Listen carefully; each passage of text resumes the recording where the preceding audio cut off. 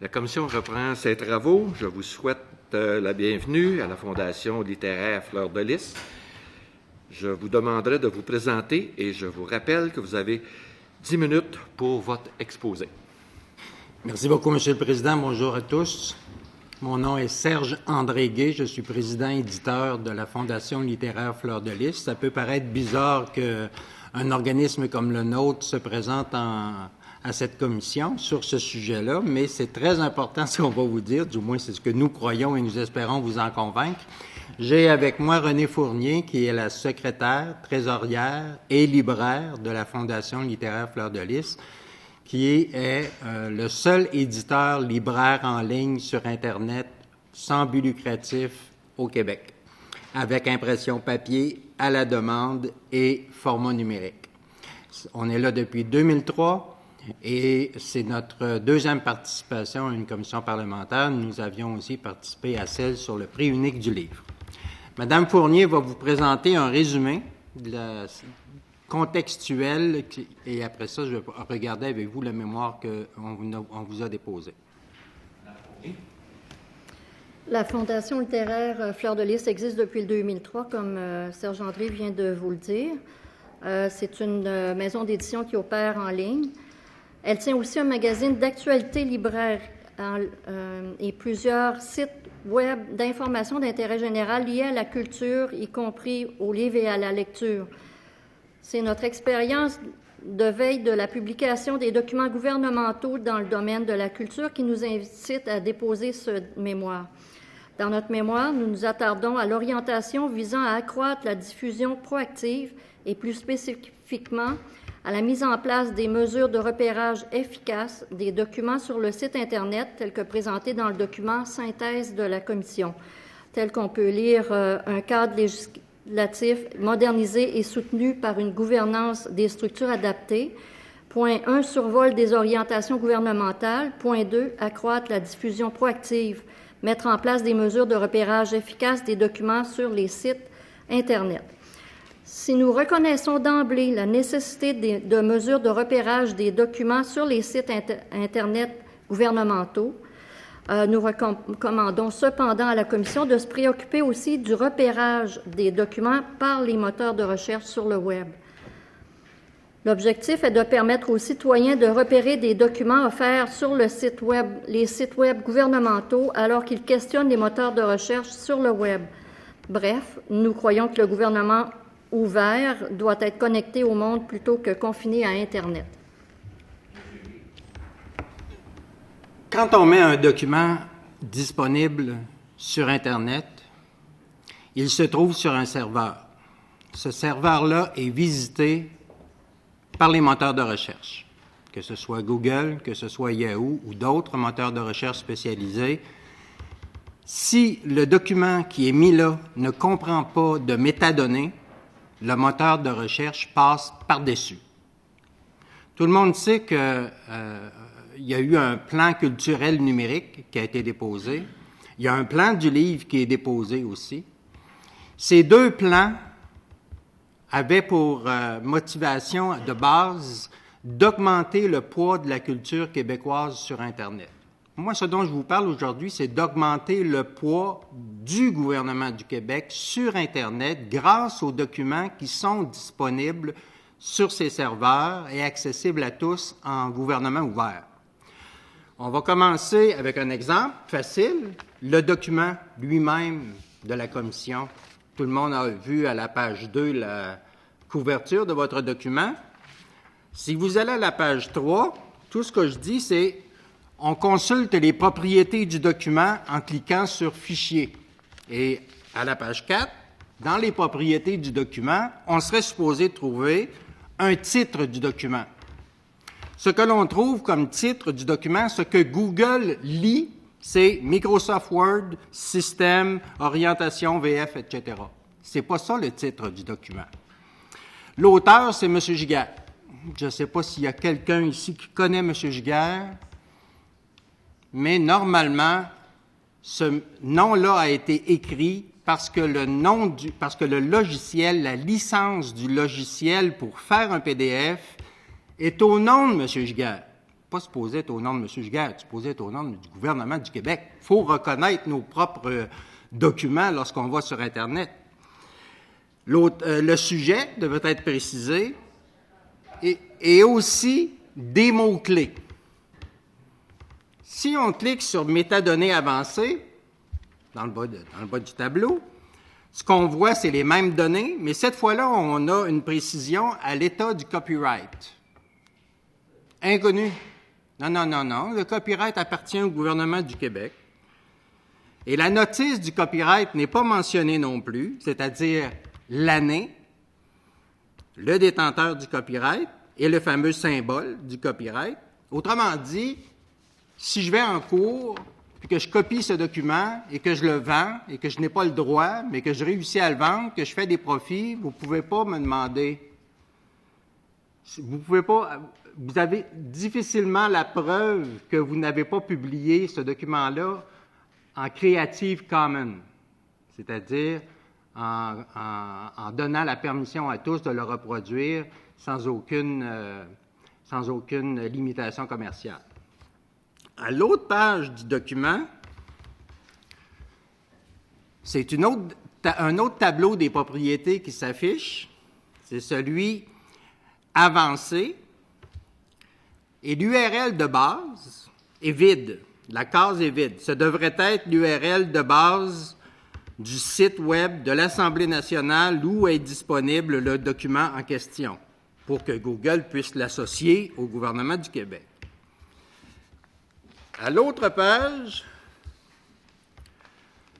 vous avez dans le milieu de la page, là, vers le deux tiers de la page, là, un encadré qui parle des standards sur l'accessibilité d'un document téléchargeable. Ces standards-là sont des standards adoptés par le gouvernement du Québec, mais qui ne sont pas appliqués.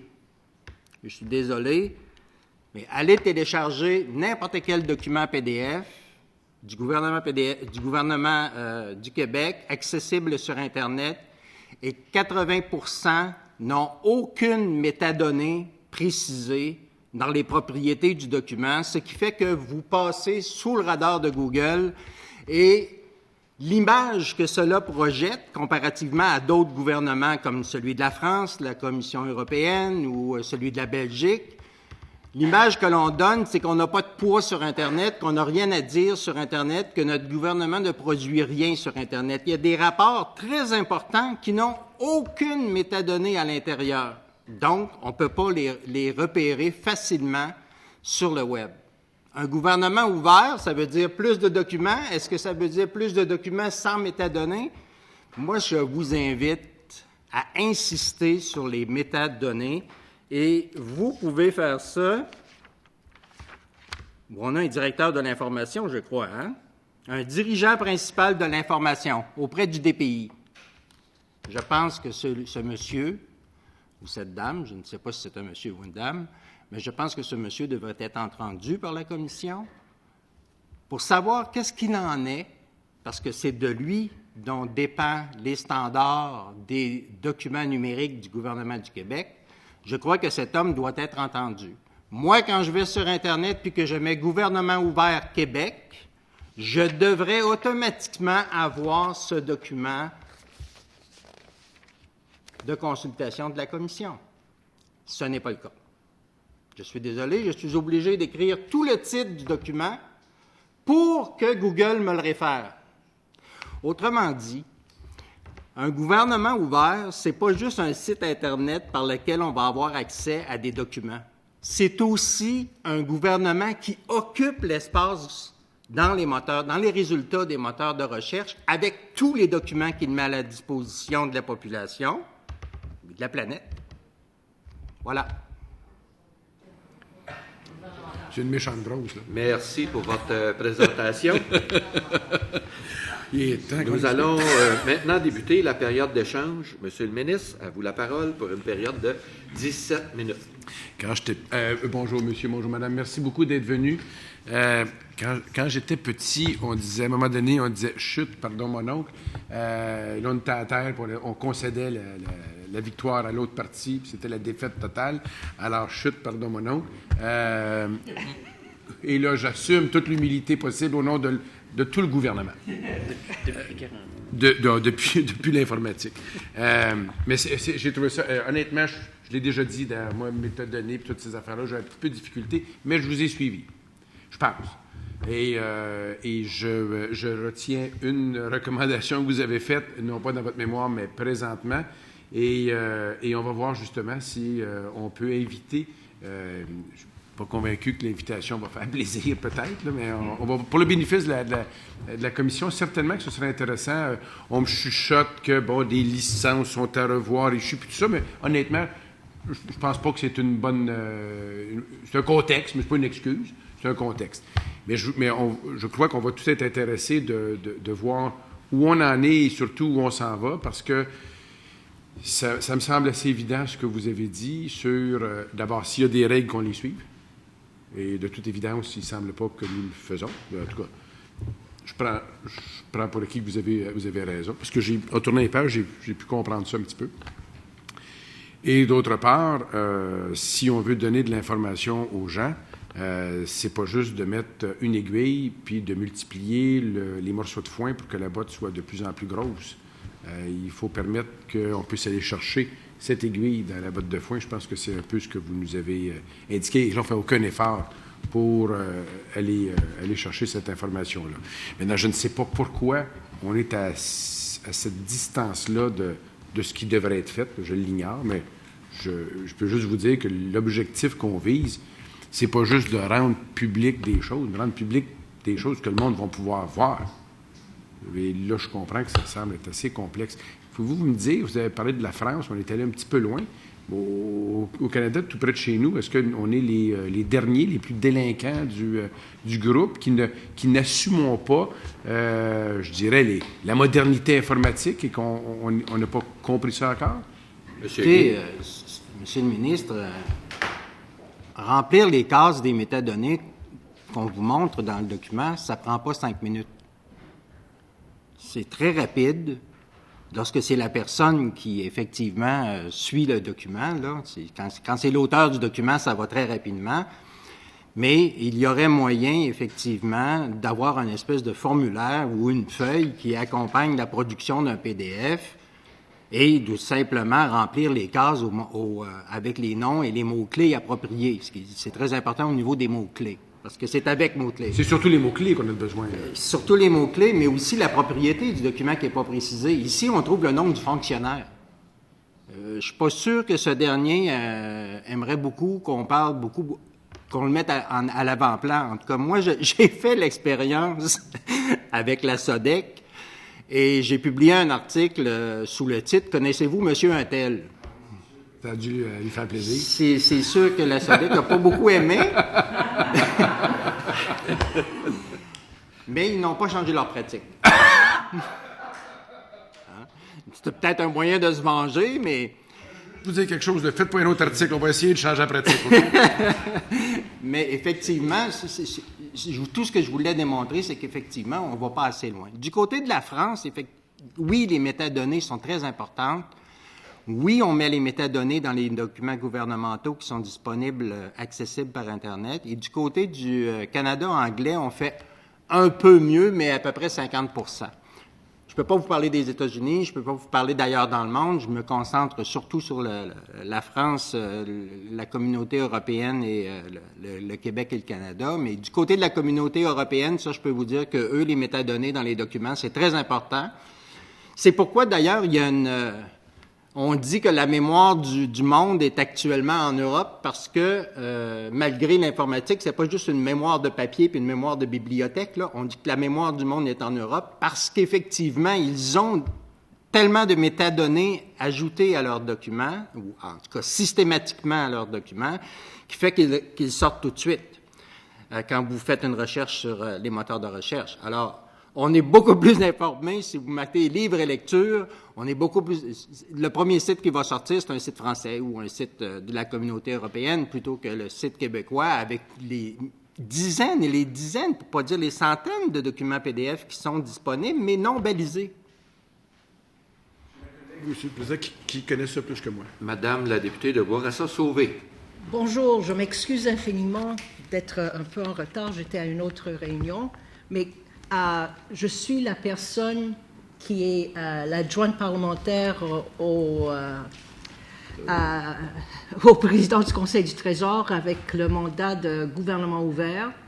Je peux vous dire que c'est tout ce que vous dites sur le site actuel et les renseignements actuels qui sont disponibles, tout à fait vrai. On n'a pas un réseau présentement disponible qui permet la réutilisation des données qui sont publiques. C'est de ça dont je parle. Vous parlez de... Je m'excuse alors. Je parle des métadonnées Oui. présents dans les documents déjà disponibles pour repérage par les moteurs de recherche tels que Google. On parle je ne parle pas d'un réseau. Là. Non, je comprends. Par exemple, donnéesouvertes.qc.ca, c'est pas fonctionnel au point que vous dites. Vous avez raison. Ce qu'on est en train de faire, c'est que le gouvernement est en train de créer un autre portail qui va répondre aux besoins que vous avez soulevés, où les métadonnées et les métadonnées qui sont associées avec les données ouvertes qui seront disponibles se retrouveront qui ne sont pas là. Ce qu'on dit, la préoccupation est que les données qui sont disponibles ne sont pas réutilisables. Du tout de ça. Monsieur Gay. OK. Alors... Ce dont je vous parle, c'est... Avez-vous eu le mémoire qu'on a déposé? OK. Bon, ce dont je J'ai lu vous la parle, synthèse, oui. ce sont les métadonnées inclus, pas dans un site web, pas dans les données ouvertes, pas dans un ministère, pas dans un portail, dans les documents. Okay? Les documents eux-mêmes, les documents sous format PDF, sous format Excel, sous format .doc.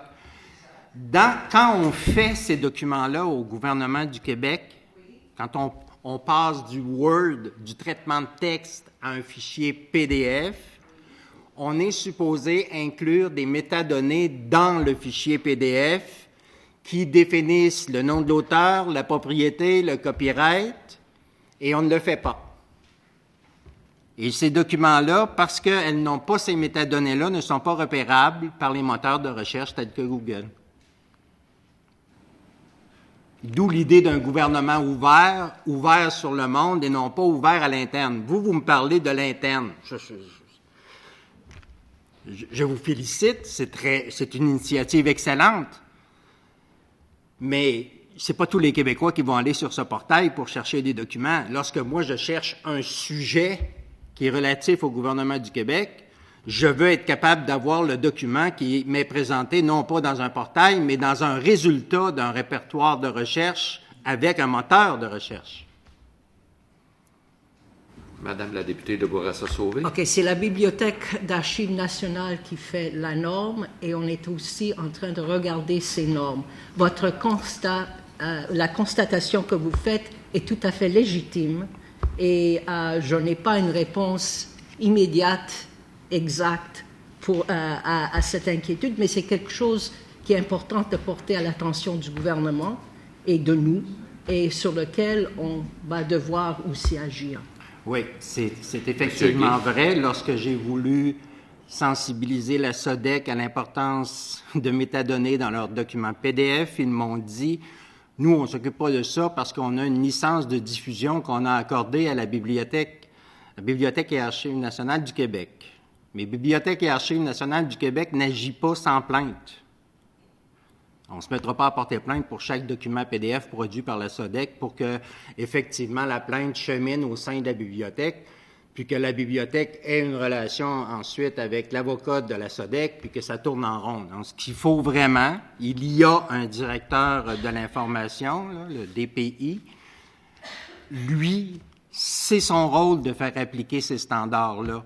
Même si le mandat est confié à la Bibliothèque et Archives nationales du Québec, il faut qu'il ait le moyen d'appliquer ces standards-là, de contrôler l'application de ces standards-là. Puis là, actuellement, ben, ce qu'on constate, c'est qu'il y a un vide.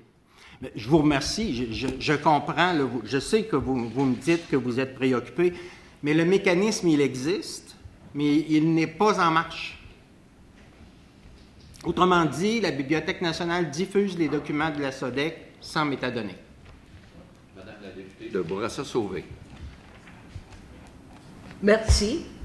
Ce que vous dites est exact et correct. Mon collègue qui connaît les détails me le confirme aussi.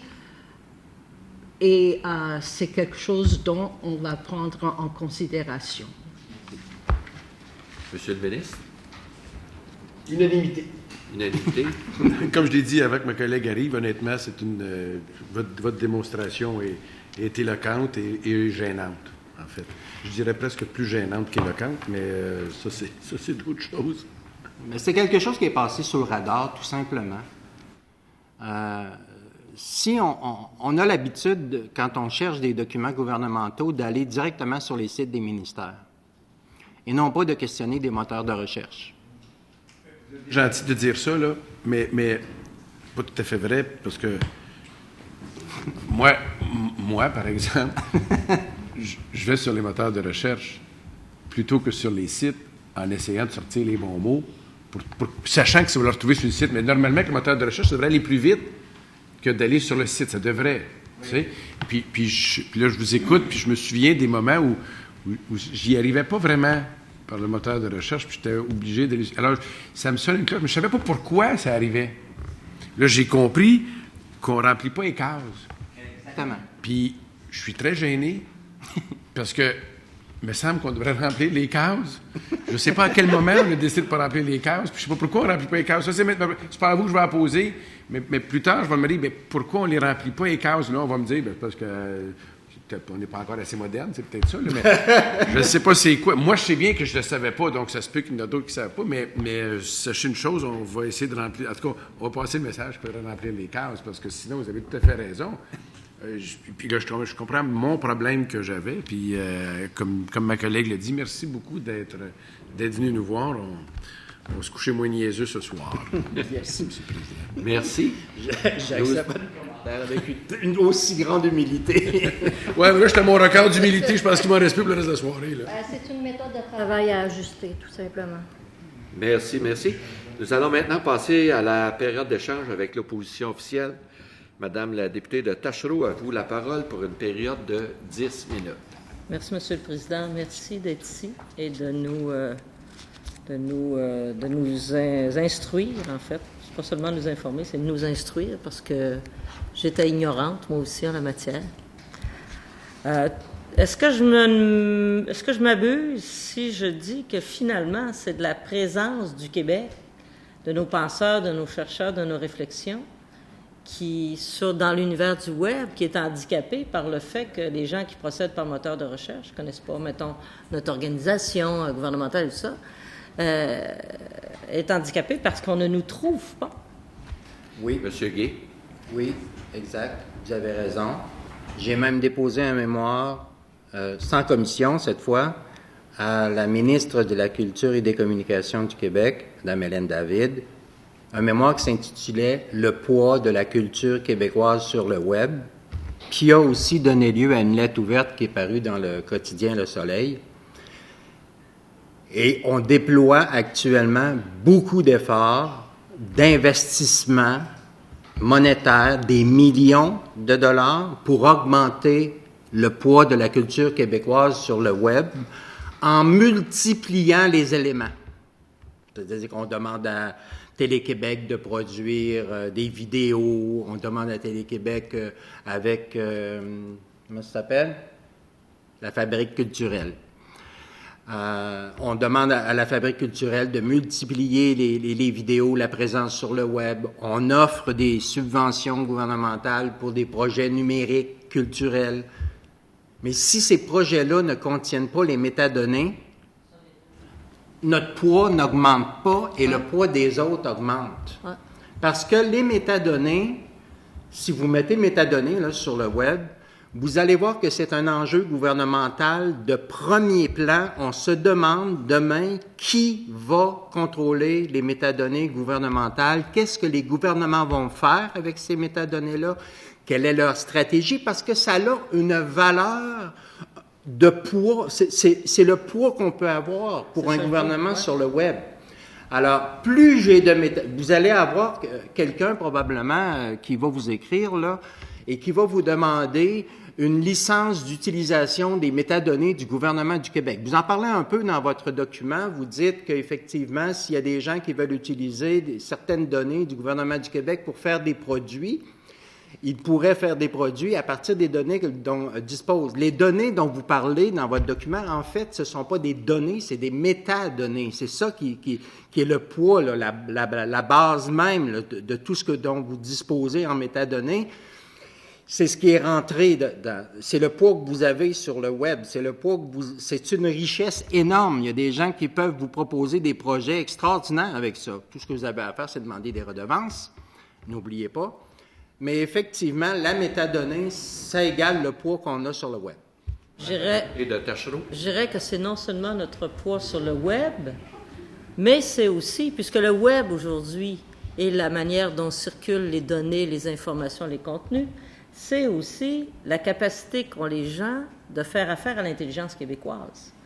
Puisque, moi, je sais, quand je vais sur, pour ne pas le nommer, Google ou d'autres, je m'informe sur tel sujet, je vais trouver, effectivement, grâce aux métadonnées, je vais trouver ce qui se passe en Finlande, ce qui se passe en France, ce qui se passe en Espagne. On peut le trouver, on peut y avoir accès. On peut avoir accès à des documents gouvernementaux de plusieurs pays.